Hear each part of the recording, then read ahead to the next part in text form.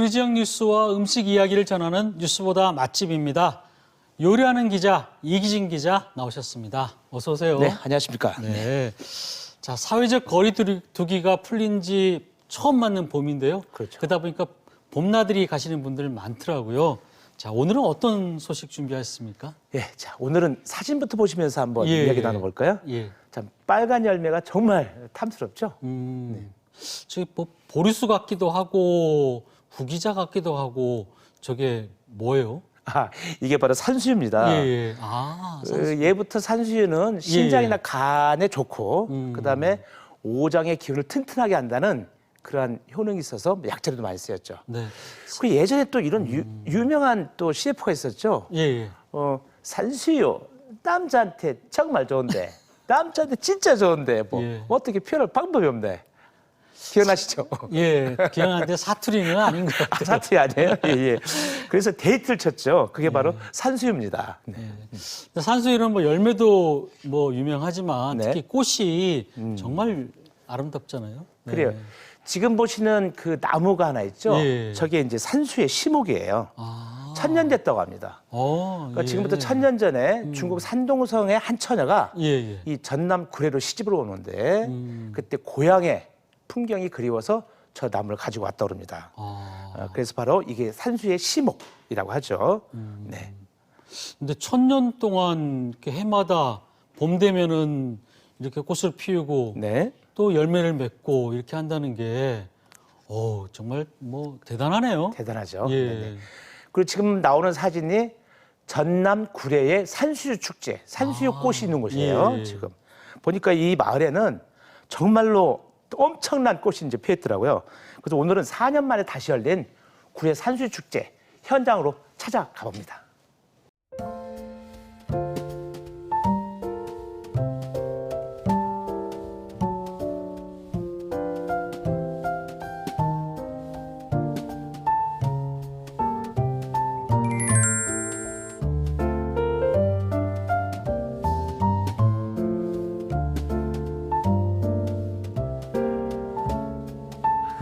이른 아침인데 이렇게 사람들이 많어.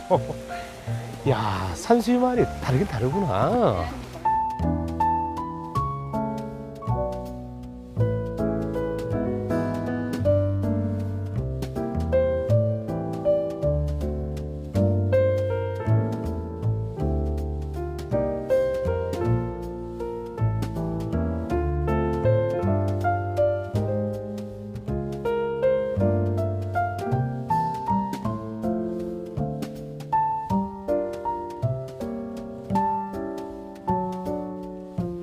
요걸 찍으려고 여기 다 모이셨구나. 아, 나도 찍어볼까?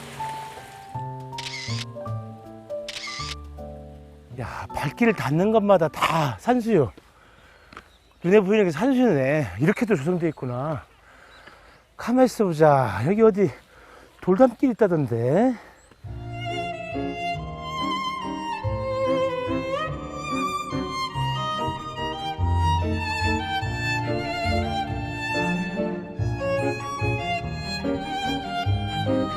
진짜 옛정치가 그대로 살아있구만.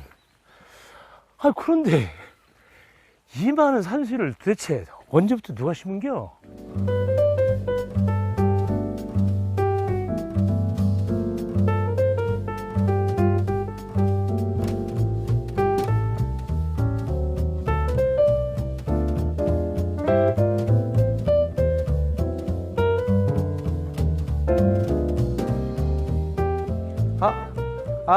이게 산수유 열매네. 요거. 아, 이게 이렇게 생겼어, 이렇게. 이게 씨를 분리한 거. 야, 이 정도면 엄청나게 양이 많겠네. 어머니가 직접 하신 거예요? 예. 요즘 이거는 다 직접 농사 하는 지으신 거? 구례의 산수유 농업은 2014년 국가 중요 농업유산으로도 지정됐는데요. 예부터 이 마을에는 산수유에 얽힌 재밌는 이야기도 전해져 내려옵니다. 옛날에는 그 처녀들, 네. 또 아녀자들 네. 그런 분들이 이 앞니가 달더라 그 산수유로 갔어요. 아, 그래서 그 아가씨나 아녀자들이 피부도 곱고 그렇다고. 네. 아. 그러거든요. 예. 그래서 이제 도시에서 예. 이쪽에 사시는 분은 혼철 구할 때 예. 진짜 앞니를 봤다 뭐 이런 얘기도 있더라고요. 어쩌냐면 그 산수유를 까다 보니까 예. 예. 앞니가 달아요. 아. 그러니까 앞니가 달면 아 산독 전혀다. 아, 그렇군요. 아니, 선생님도 많이 까셨어요? 깠죠. 아, 이빨이 그래서 얼마나 좀 이가 좀 이렇게 좀 나오신 것 같아요. 아, 그렇군요.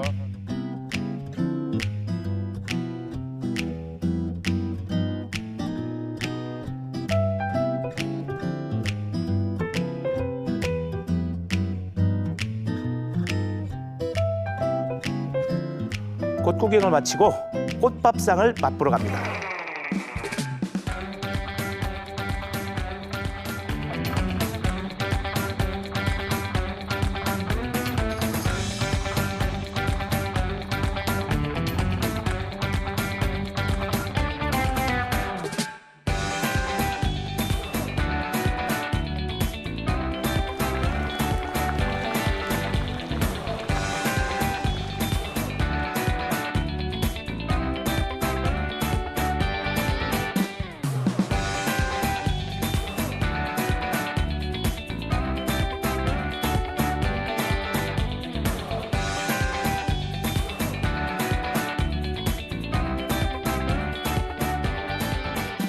야,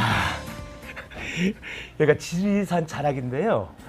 지금 산수유꽃 축제 보고 와가지고 진짜 그거에 맞는 음식 시켜봤어요. 그런데 다른 것도 다 눈에 띄지만 와, 이거 보세요, 이거. 꽃잎으로 만든 샐러드. 아, 이걸 어떻게 먹어, 이걸. 아니, 사장님. 네. 색깔도 노란, 빨강, 초록, 그리고 보라. 야, 예쁘네. 이게 다 먹는 거란 말이에요? 네, 펜지꽃이라서 다 먹을 수 있는 거고요. 이거는 지금 한참 피어 있는 산수유꽃이고, 네, 그냥 지적거려서 다 드셔도 되는 거예요. 그 조화가 정말 잘 이루어져 있어요. 아, 그리고 이게 산수유. 네, 그게 산수유꽃이에요. 아, 산수유 먹는 거예요? 네, 먹는 거예요. 식감은 그렇죠. 꽃이니까. 껄끄러. 아, 그런데 향은 좀 있네요. 꽃이 피어버렸기 때문에. 아유, 입맛 좀 쓰다. 응? 아유. 아, 그리고 요게 예. 그 유명한 쑥부쟁이 쑥부쟁이 꽃밥상. 꽃밥상. 자. 송이도 들어있는데? 네, 송이도 들어있고요. 아. 굴에서 유명한 쑥부쟁이가 굉장히 굴에서 유명해요. 그 색깔이 노란데 이거는 네, 그거는 치자. 치자. 네. 아. 치자는 옛날부터 우리가 약으로 쓰던 그런. 그렇죠. 치자용은 다 아시죠? 치자.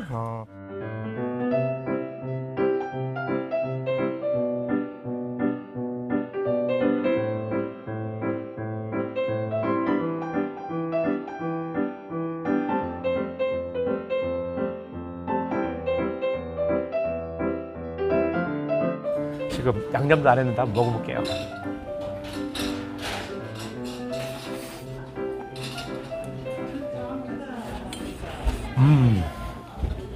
야, 치자 이놈도 강한 놈인데 송이 있잖아, 송이. 송이를 얇게 썰었는데도 밥에 그냥 송이 향이 딱 배어있네. 야, 송이 비빔밥 다 먹다니. 근데 이건 부쟁이에요, 쑥부쟁이. 쑥부쟁이 아시죠? 쑥부쟁이도 이제 봄에 나오는 나물인데 이걸로 이제 밥을 같이 줬어요. 야, 그러니까 이걸 어떻게 먹어? 이거 꽃 샐러드, 꽃잎 샐러드, 그리고 이거는 더덕 무침에도 꽃이 다양하게 들어갔어요. 이것도 국무침. 야, 이걸 어떻게 먹어? 응? 이 펜지라는데.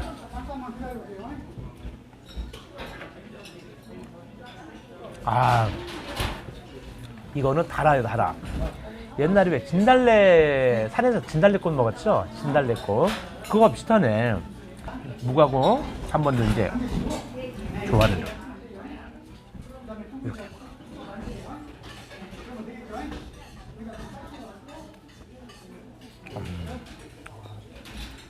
봄이 말이에요. 들려가만 있는 게 아니구만. 밥상에도 왔구만. 응?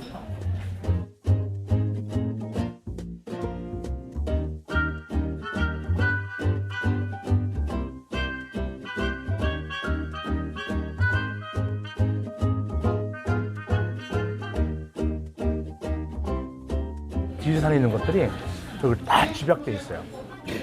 그러니까 이 집은 이 비리 막 여건에 맞게 아주 최적화된 그런 맛집인 것 같아요. 그리고 요거 색깔 예쁘죠? 요거 생각나는 거 없어요? 네? 이거 바로 산수유죠. 산수유로 만든. 자, 이것도 또 지리산 왔는데 안 먹을 수 없지. 색깔이 진한 보리차 색깔 같기도 하고.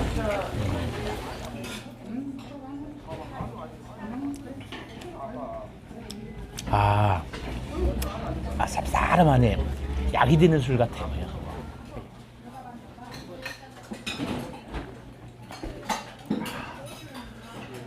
그러고 보니까 예전에 그 산수유 관련돼 있는 광고가 하나 있었죠. 남자한테 참 좋은데 뭐라고 할 말이 없네. 뭐 이런 거 있었잖아. 남자한테 참 좋은 건데.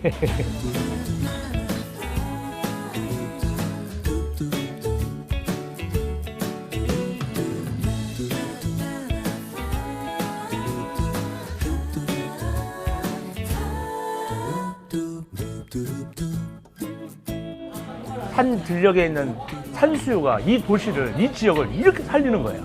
꽃 하나가, 산수유 하나가. 심어놓으면 막 그냥 막 자라거든요. 그렇게 특별히 관리하지 않아도 돼.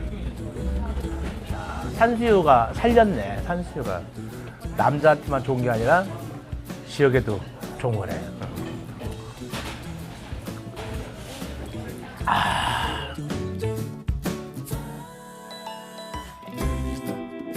긴 겨울이 지나고 노랗게 물든 꽃과 함께 산수유 마을에 봄이 찾아왔습니다. 계절의 순리대로 제 역할을 다하는 나무처럼 사람도 부지런한 걸음을 멈추지 않는 그곳은 전남굴의 산동마을입니다.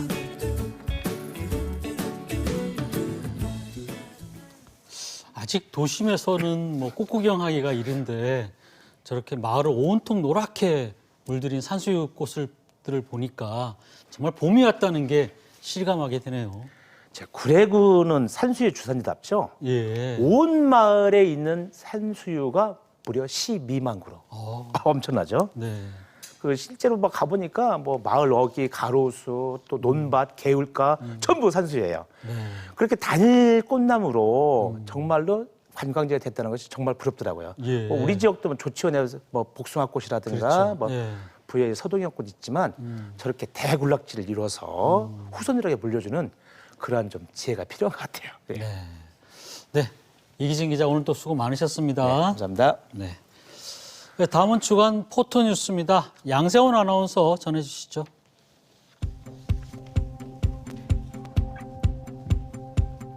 사진을 통해 한 주간의 뉴스를 정리해보고 누리꾼들의 다양한 반응을 살펴보는 주간 포토뉴스입니다.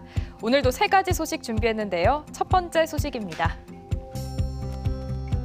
2023 논산 딸기 축제가 4년 만에 대면 형식으로 개막했습니다. 이번 축제에서는 딸기를 활용한 다양한 프로그램으로 35만여 명의 방문객을 유치했는데요. 딸기 호떡과 딸기 피자에 이어 딸기 비빔밥 같은 이색 음식도 인기를 끌었습니다. 누리꾼들도 딸기 향만큼 달달하고 향기로운 댓글 남겨주셨네요. 딸기 비빔밥 은근 맛있어요. 내년에 비빔밥 먹으러 또 갈 듯. 훈련소에서 딸기 냄새 맡을 때마다 힘들었는데 이번 축제에서 한을 풀었습니다. 라는 반응 살펴봤는데요. 봄 향기 가득한 딸기의 향연, 논산 딸기 축제는 막을 내렸지만 이번 주말엔 논산 딸기와 함께 건강하고 아름다운 시간을 보내셔도 좋겠네요. 다음 소식입니다. 제5회 월드 베이스볼 클래식에 출전한 대한민국 대표팀의 모습입니다. 4강 진출을 목표로 당당하게 출전했지만 2승 2패로 1라운드에서 탈락하는 아쉬움을 남겼는데요. 다가오는 항저우 아시안게임에서 반등하기를 응원하는 국민의 염원이 선수들에게 꼭 닿기를 바랍니다. 누리꾼들도 탈락한 대표팀을 향해 응원의 메시지를 보냈는데요. 금메달도 받아보고 탈락도 해봤으니 다시 올라갈 일만 남았죠? 끝날 때까지 끝난 게 아니다. 야구팬 입장에서 할 말은 많지만 우리 선수들 미워도 다시 한번 응원합니다. 라는 댓글 살펴봤습니다. 우리의 태국 전사들이 앞으로 펼칠 경기에서 더 좋은 성적을 거둘 수 있도록 우리 모두 마음을 모아서 뜨겁게 응원하고 격려할 때라는 생각이 듭니다. 오늘의 마지막 소식 볼까요? 오는 20일부터 대중교통과 개방형 약국에서 마스크 착용 의무가 해제됩니다. 하지만 병원을 비롯한 의료시설과 더불어 요양시설 등의 감염 취약시설에서는 착용 의무가 그대로 유지되는데요. 한중 국제 여객선을 비롯한 여객 운송 또한 20일부터 재개되면서 이번 봄은 팬데믹 이후 가장 활기찰 것으로 예상됩니다. 누리꾼들도 이번 마스크 해제에 대해 다양한 반응을 보였는데요. 마스크 썼다 벗었다 귀찮았는데 드디어 다시 꾸미고 다닐 생각에 너무 설렘. 마스크 포기 못하는 마기꾼 나야 나. 여름 되기 전까지는 마스크 쓰고 다닐래요. 라는 반응이었는데요. 혹시라도 잠시 방심하는 사이 그토록 기다려온 일상의 평화가 다시 깨질 수 있다는 점 명심하시고 마스크 착용 의무 공간을 대비해 여분의 마스크를 항상 준비하는 것도 잊지 마셔야겠습니다. 지금까지 주간 포토뉴스였습니다.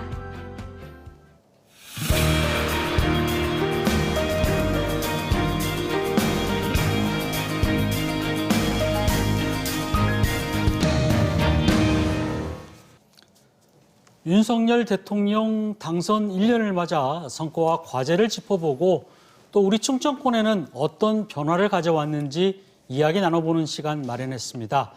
오늘 함께 토론해 주실 두 분 소개해드립니다. 최창렬 영인대 교수 나오셨습니다. 어서 오세요. 안녕하세요. 네. 이희성 단국대 교수 나오셨습니다. 어서 오세요. 네, 안녕하세요. 네. 윤석열 대통령은 충청의 아들이라고 해서 충청 지역에서 큰 지지를 보낸 덕분에 당선의 기쁨을 안았는데요. 1년이 지난 현재 대통령 지지율이 생각보다는 높지 않습니다. 그럼에도 윤 대통령이 펼친 정책들은 우리 사회에 지금 많은 변화를 가져온 것 같은데요. 지금까지 윤 대통령이 펼친 정책 중에서 우선 긍정적인 평가를 받는 건 어떤 게 있을까요? 우리 최 교수님 한번 지난 여쭤보겠습니다. 연말에 화물연대 예. 파업에 대한 그 이제 대통령의 조치, 그 부분이 이제 상당한 지지를 받았다고 생각을 합니다. 그리고 네. 그 당시에 여론조사에 이제 대통령 지지도가 올랐고요. 또 그 부분이 있고 또 하나가 한미동맹 강화한 거. 그러니까 지난 정부 때 아무래도 한미 간에 균열이 있었던 게 사실이었던 것 같거든요. 네. 근데 그런 점에서 한미동맹을 강화하고 어쨌든 한미 1대 안보 협력 이런 부분들에 대한 어떤 그 강조점을 줬다는 거 이런 것도 긍정 평가할 만하고요. 또 하나가 이제 뭐 천천히 시작이 되겠습니다만 그 이제 3대 개혁 있지 않습니까? 노동개혁, 연금개혁, 교육개혁 이런 부분들이 이건 시간이 많이 걸릴 겁니다. 아마 이번 정권 끝까지 간다 하더라도 완전하게 완성되는 건 아닐 텐데 아무래도 이 3대 개혁에 이제 시동을 걸었다는 거 이런 부분들은 상당히 긍정 평가할 수 있습니다만 이제 지지율이 아까 이제 사회자께서 말씀하신 것처럼 좀 낮은 편이에요. 임기 초 이제 1년이니까 뭐 임기 초도 아니죠 이제. 그렇죠. 어쨌든 임기 네. 초반에부터 그렇게 지지율이 높지가 않았습니다. 그리고 처음에 대단히 어려웠다가 이제 30%대로 이제 안착은 됐습니다만 아마 그런 것들이 긍정과 부정이 교차하는 게 아닌가 생각합니다. 예. 네. 어떻게 보십니까, 이희성 교수님? 네, 벌써 1년이 지났는데 용산 시대를 개막하면서 자유의 가치를 역설을 했죠. 신보수의 시대라는 어떤 기대감을 가지고 출발했는데 평가를 해보면 긍정평가할 수 있는 것은 지금 교수님도 말씀하셨다시피 노사문화 개혁과 관련된 좀 부분들은 좀 그래도 긍정적으로 평가를 받는 것 같고요. 그리고 중동하고 스위스 그 방문 통해 가지고 한 3천억 달러 정도의 투자 유치도 좀 긍정적으로 평가할 수가 있을 것 같습니다. 한미 동맹 부분은 이제 긍정적으로 평가가 되지만 이제 그로 인한 이제 중국과의 문제 이런 것들은 조금 과제로 남겨지는 것 같습니다. 네. 자, 반대로 이제 아쉬운 점으로는 좀 어떤 걸 꼽을 수 있을까요? 우선 여야 간의 협치가 네. 전혀 이루어지지 않는다라는 거예요. 여야 협치라는 게 뭐 꼭 대통령실이 야당과의 관계를 주도하는 건 아니겠습니다만 범여권으로 볼 때 여당도 그렇습니다만 대통령실이 좀 이제 주도권을 가지고 야당과의 그 거버너스의 측면 이런 것들을 좀 했어야 되는 건데 그런 부분이 없었다라는 거. 다시 말하면 대통령과 야당 대표와의 그 만남이 이루어지지가 않았어요. 한 번도 이제 이른바 영수회담이라고 여전히 얘기는 합니다만 그 네. 이제 그 회동이 이루어지지 않았다라는 게 어떤 그 포용의 가치 같은 게 잘 이루어지지 않은 게 아닌가 이런 생각이 들고 또 하나가 요즘 이제 끝났습니다만 이제 당무 개입이라는 논란이 많이 있었습니다. 이번 이제 여당의 당 대표 경선에 네. 너무 이제 친윤 그룹의 그 이제 주도권 같은 걸 너무 의식하는 게 아닌지, 그리고 인사에서도 뭐 야당이 비판을 하고 있습니다만 검찰 출신들이 많이 요직에 포진된 건 분명한 사실입니다. 이런 부분들은 좀 이제 지적받을 수가 있는 거겠죠. 이런 부분과 당에서도 친윤이 주도하는 것, 그리고 당을 이제 윤 대통령 주도로 이제 뭔가 재편하려 하는 움직임, 이런 것들은 아무래도 좀 비판적인 면이 아니라고 생각합니다. 네. 네, 이 교수님. 네, 아쉬운 부분 많겠죠. 취임 일성이 이제 국민통합, 그다음에 야당 협치였죠. 예. 아마 0.73%라는 그런 어떤 부분이 국민통합을 또 가장 중요한 또 과제로 삼았던 것 같은데, 그 부분이 좀 이루어지지 않고 더욱더 이제 양극으로 좀 이렇게 분열되는 그런 모습들, 이런 것들은 참 많이 아쉽다, 이런 생각이 들고요. 그리고 이제 외교 문제 관련해 가지고 열심히 노력을 하셨는데, 항상 외교 상황에서의 그 발언 문제, 비속어 문제, 이런 것들이 계속 발목을 잡으면서 오히려 이제 그 성과를 엎어버리는 그런 상황들이 계속 반복되어 된다라는 부분에서, 특히 외교 문제, 아직은 이제 윤석열 대통령이 물론 이제 그 정치인으로서도 좀 초보이기는 하지만 아직 부족하다는 것도 본인 스스로 느꼈지만, 더 중요한 외교 문제에서의 아쉬움이 한 1년 동안 좀 크게 부각되지 않았나, 이런 생각이 좀 듭니다. 네. 뭐 방금 이제 얘기를 하셨는데 이제 본격적으로 조금 얘기 나눠 볼게요. 윤 대통령의 정책 중에 대북, 대일, 또 대미 등 여러 가지 외교 정책이 있고 또 노동 정책이 전 정부와 상당히 큰 차별성을 보이고 있습니다. 여론조사를 보면요, 가장 잘했다고 하는 부분도 뭐 이 부분이고 또 가장 못했다고 하는 부분도 이 부분으로 나오는데, 네. 이 교수님 어떻게 좀 보십니까? 뭐 신뢰 외교를 통해서 영업사원이 1호를 표방을 하셔서 여러 가지 성과를 냈죠. 특히 중동 외교에 있어서. 그러나 이제 너무 균형감을 상실한 게 아니냐, 이런 좀 측면도 있고, 대외 여건이 지금 녹록치 않습니다. 이런 가운데 이제 한미 관계를 더욱더 공고히 하면서 중국과의 좀 관계가 틀어지는 게 아니냐, 그러면서 경제적 실리를 못 찾고 있는 부분에 대해서 좀 우려를 하는 건 사실이고요. 그래서 균형감 있는 외교, 특히나 이제 실리 외교에 대한 부분에 있어서 앞으로 이제 어떠한 방향으로 갈지는 모르겠지만, 지금 뭐 우리가 일본과의 12년 만에 그 정상회담도 추진이 됐지 않습니까? 이런 부분을 볼 때 균형감을 찾는 외교로 가기에는 좀 어렵지 않나, 이런 생각이 들고, 노동 문제 역시 뭐 이권, 이권과 기득권 카르텔로 규정을 했지 않습니까? 이게 너무 좀 몰아붙이는 게 아닌가. 최근에는 이제 좀 국가보안법을 적용하는 형태의 어떤 간첩 사건까지도 이제 노동단체에 결부를 시키면서 좀 몰아붙이는 게 아닌가. 노동의 문제를 이렇게 좀 가치와 이념적 문제를 결부시켜가지고 몰아붙이는 거는 좀 문제가 있다라고 생각을 하거든요. 그런 부분이 앞으로 어떻게 될지 좀 더 지켜봐야 될 것 같습니다. 특히 한일 간의 이제 정상회담을 포함해서 외교 부분에서는 뭐 전 정부하고는 확연히 차이가 네, 나는데 그렇죠. 네. 어떻게 보십니까? 교수님? 글쎄요, 이제 한일 관계도 그렇고 이제 한미 관계 마찬가지인데요. 네. 그러니까 이제 북한과의 관계도 마찬가지인데, 대북 관계가 너무 강경일변도로 가는 것. 이건 뭐 북한도 마찬가지니까 우리가 이제 우리 정부와는 탓할 수는 없는데, 남북 관계가 너무 대치국면으로 가는 게 대단히 이제 우려스러운 면이 있고요. 또 하나가 이제 한미 동맹을 강화해서, 그리고 미국의 요구대로 말이죠. 미국이 어떤 태평양 아시아 전략, 아시아 태평양 전략에 부합하게 하는 건 좋은데, 지금 우리 이성 교수 말씀처럼 중국과의 관계에서 균형을 찾기가 대단히 어려워지는 게 아닌가라는 생각이 들긴 들어요. 우리가 무조건 뭐 중국의 경도되어서도 안 되는 것이고, 반대로 너무 미국에 또 치우쳐서도 안 되는 이런 상황이잖아요. 특히 중국은 우리의 뭐 제1 교역국인데 말이죠.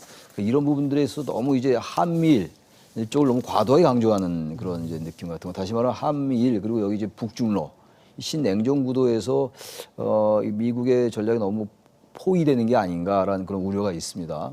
물론 이제 북한의 도발이 점점 심해지는 상황이니까 한미일 안보 협력을 강화해야 되겠습니다만, 그런 점에서 좀 균형을 찾았으면 좋겠다는 생각이 들고, 또 하나 문제가 아까 말씀드린 것처럼 북한과의 대화를 좀 추진한다고 말은 하는데, 북한과 너무 이제 대치국면으로만 가니까 이 한미일 동맹을 강화하면서 한편으로 또 우리의 국익의 관점에서 북한과의 대북 관계를 어쨌든 물꼬를 트는 그런 뭔가 노력이 좀 적은 게 아니냐라는 아쉬움이 있습니다. 예.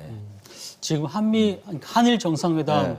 득실이 어떻게 좀 글쎄요, 이제 평가하십니까? 한일 간의 관계가 이제 지난 3월 6일 날 예. 이른바 이제 강제 동원에 대해서 이제 제 3자 변제, 대위 변제 안을 발표를 했습니다.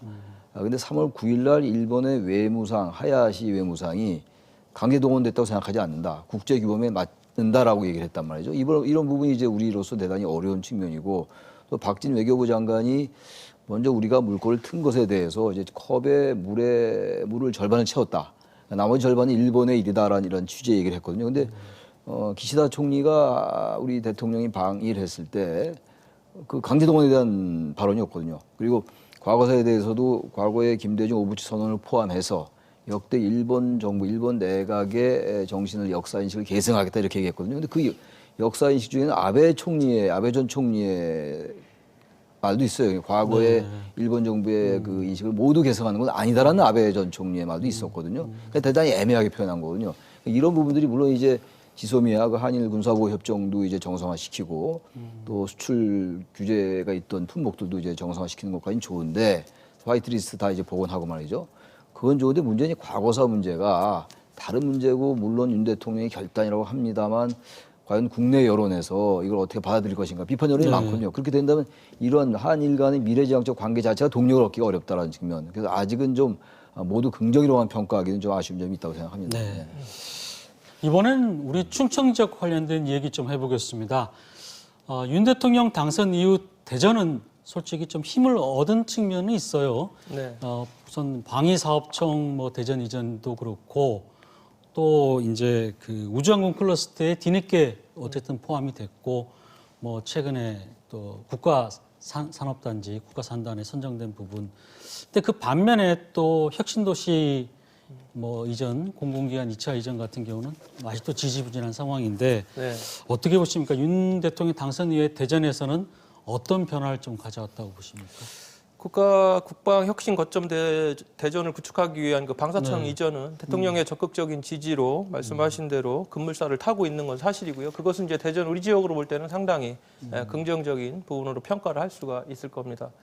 우주산업 클러스터 물론 이제 우주청이 사천 진주 쪽 이렇게 경남 쪽으로 이제 결정이 되는 것 같은데 그렇지만 이제 우주산업 클러스터의 한 축으로서 연구 교육 관련 기능은 좀 대전에 남겨둔다 이런 것들도 이제 성과로 볼 수가 있는데 근데 이 우주산업 클러스터는 좀 계속 지켜봐야 됩니다. 왜냐하면은 우주항공청이 이제 실질적으로 개청이 되면 이전에도 이제 방사청이 만들어지면서 ADD 국방과학연구원의 그 기능들 특히나 이제 연구 개발 관련된 기능들도 방사청으로 이전이 됐거든요. 그래서 지금 국방과학연구원의 예산이 한 3분의 1로 쪼라들었단 말이죠.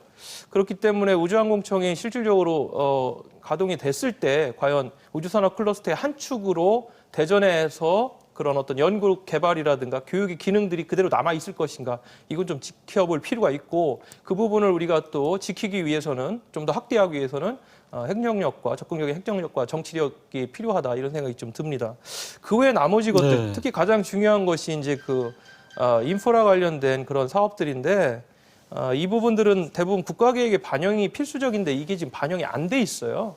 그래서 이 부분은 지금 조금 어려운 방향으로 가고 있다. 그리고 이제 제2대동연구단지라든가 호국보훈파크, 지역 디지털 혁신 거점 도시 등도 이게 이제 약간 공모 사업으로 좀 전환되는 그런 양상을 띠고 있어서 이 부분도 좀 우리가 적극적으로 노력을 해야 될 그런 과제를 안고 있습니다. 네.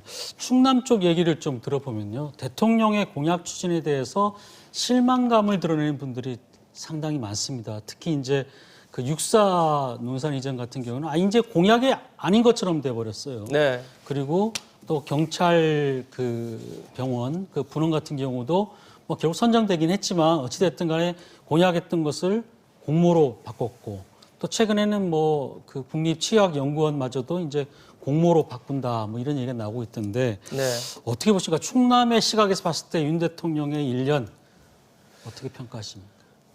지금 육사 이전은 정말 이제 수면 아래로 내려앉은 듯한 그런 느낌이 들고요. 결국은 이런 것들을 공모로 전환하는 것은 무엇이냐면 이제 중앙정부에서 기본계획 특히나 이제 타당성까지 마친 사업들은 어떤 특정 지역에 대해서 추진하는 동력을 확보할 수가 있는데 대부분의 지금 충남과 관련돼 가지고 대통령 주요 공약이 15개 정도 됩니다. 이 중에 이제 충남은 5개 정도를 우선순위를 정해 가지고 먼저 좀 추진을 하겠다는 것인데 결국은 기본 계획이 없는 그냥 일반적인 그 밑그림 단계에서의 어떤 이런 공약들이 대부분이기 때문에 다른 지역에서도 그 형평성 문제 때문에 이것을 어느 특정 지역으로 주기가 어렵다는 거예요. 그게 이제 중앙정부의 또 입장이기도 하고 행정 쪽에서. 그러다 보니까 대부분이 공무로 이렇게 전환이 되는 그런 상황입니다. 지금 말씀하신 육사도 지금 다른 지역, 특히 동두천시라든가 경북 안동이라든가 또 다른 지역도 지금 육사 이전에 대해서 지금 행정력을 강화하고 있고 정치적으로 지금 액션을 하고 있잖아요. 지금 국립치의학연구원도 지금 천안으로 유치하기로 했다가 그것도 공약이었어요. 근데 지금 그것도 공무로 전환될 지금 분위기가 되고 있다는 거죠. 그래서 이런 부분에 대해서 지금 굉장히 충남 같은 경우는 중요한 그런 행정력과 정치력의 시험대라고 볼 수가 있겠습니다. 교수님께서는 어떻게 보십니까? 아무리 빌공짜 공약이라고 하지만 그래도 지역민들이 그걸 보고 사실 표를 찍은 그렇죠. 거거든요. 네. 근데 공약을 다 지키기는 어려울 거예요. 지금 뭐 충남뿐만이 아니라 대한민국 어느 지역이나 이제 공약이 많았잖아요. 일단 대선 때 표를 얻어야 되니까 공약을 많이 해놓고 근데 공약을 그걸 100% 다 지키기는 어렵다 하더라도요. 그 지역별로 대표 공약이 있을 겁니다. 아마 지역별로. 근데 지금 이제 말씀하신 그러한 공약들은 충남 지역으로는 아주 대표적이고 반드시 필요한 공약들이었단 말이죠. 근데 그런 부분들에 대해서 이제 그야말로 팔로우업이 없어요.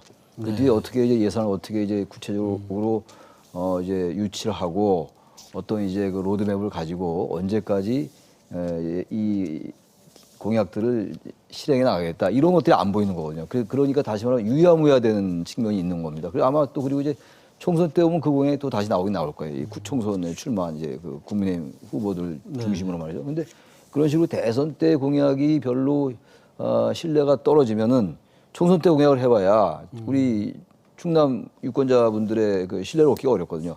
아마 그런 점에서 볼 때 충남은 제가 봐도 저는 이걸 이제 충남에 사는 사람은 아닙니다만 네. 제가 봐도 이 부분은 좀 충남에 대해서 좀 관심이 덜하지 않느냐 이런 느낌이 분명히 듭니다. 예. 그렇다면 내년 총선에서 이 충청권에서의 민심의 향배는 결정적이죠. 네. 우리나라 대선도 그렇고 총선도 그렇고 결국은 이제 수도권과 이제 충청도 중부권이거든요. 이게 말하자면 이 충청도는 어느 한정에 완전히 치우치지 않지 않습니까? 네. 그러니까 충청의 민심을 알면 이제 그 선거의 이제 큰 방향을 가늠할 수가 있는 상황인데 충청권에서 충남에서 이렇게 자꾸 공약에 대한 신뢰가 떨어지면 대선 공약이 말이죠. 그렇게 되면은 총선거에서 이 충청도 민심이 다른 지역에 가는자가 되니까 네. 여건으로서 좀 악재될 수 있지 않느냐 이렇게 생각을 합니다. 네. 이 교수님은 어떻게 생각하세요? 예, 그래서 이제 국가산단 지정 엊그제 발표가 됐습니다만은 15개 중에 수도권 빼면 지역이 14개인데 그 중에 이제 충남이 2곳, 천안하고 홍성 그리고 대전, 그다음에 충북 하나 이렇게 4개를 이제 충청권에서 줬단 말이죠. 이제 지역으로서는 굉장히 반가운 얘기입니다. 그리고 어떤 그런 국가산단을 통해서 지역의 대기업 유치 등의 어떤 경제 발전에 모멘텀을 만들 수 있기 때문에 그렇기 때문에 더욱더 이제 총선 1년을 다가올 쯤에 충청권의 민심을 얻기 위해서 정부 여당이라든가 야당도 노력을 할 텐데 지금까지의 상황을 볼 때는 민심을 얻기는 어려운 것 같고요. 앞으로의 행보가 중요한 것 같습니다. 네, 알겠습니다. 네, 두 분 말씀은 여기까지 듣도록 하겠습니다. 오늘 함께해 주셔서 고맙습니다. 네, 고맙습니다. 감사합니다. 네, 대통령 취임 1년 만에 획기적인 성과를 기대한다는 것은 분명히 성급합니다. 하지만 1년이면은 이 정부의 정책 기조는 알 수가 있습니다. 예전엔 수도권이란 큰형이 잘 살면은 동생들도 자연히 잘 살게 된다 이렇게 했습니다. 하지만 그 결과 큰형은 동생 것까지 다 뺏어가서 잘 살게 됐지만 이 동생인 각 지역 지방자치단체들은 아직도 쫄쫄 굶고 있습니다. 지방에 대한 대통령의 획기적인 인식 전환이 필요하다는 생각입니다. 네, 뉴스크리에이터 시선 저희가 준비한 소식은 여기까지입니다. 함께해 주신 여러분 고맙습니다.